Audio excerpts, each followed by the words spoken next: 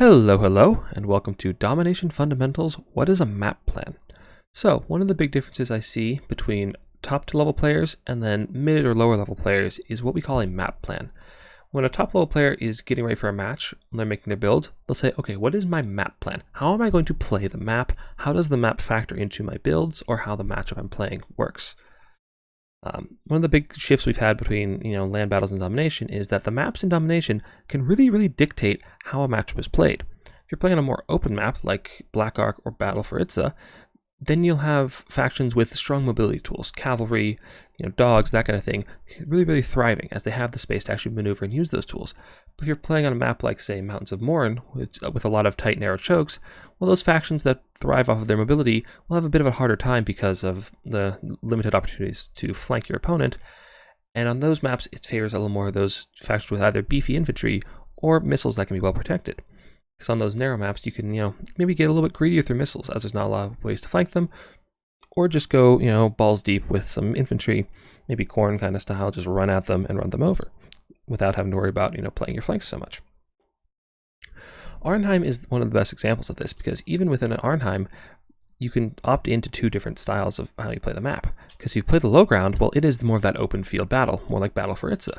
But if you play the high ground and move down the ramp, then it is a very narrow map and can actually be used to greedily defend a large number of missile units with only a few spear units, like we have set up right here.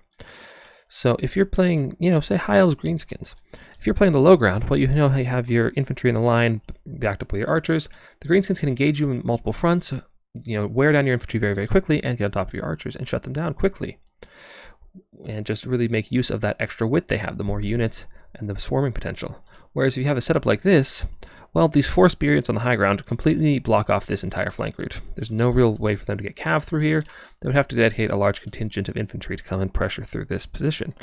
And on the low ground, if your opponent's all down here, which often they are, because your opponent with a wider army will want to play down here to make use of that width, well, then they have to try to pressure up this ramp where they can only really utilize 1 or 2 of their melee units at a time to try and break through these fairly elite infantry units, all while being rained on by however many archers you see fit to have back here.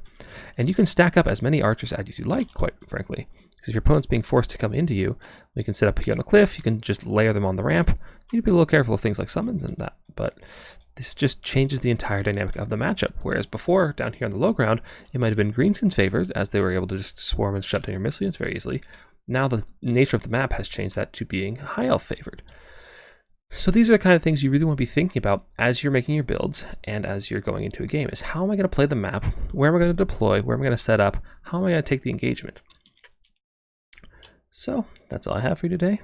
Thank you so much for watching. If you found it helpful, please like, comment, subscribe, and all that. I hope we gave you a little bit of insight into how higher level players approach domination mode. Anyway, thank you so much, and I will see you next time.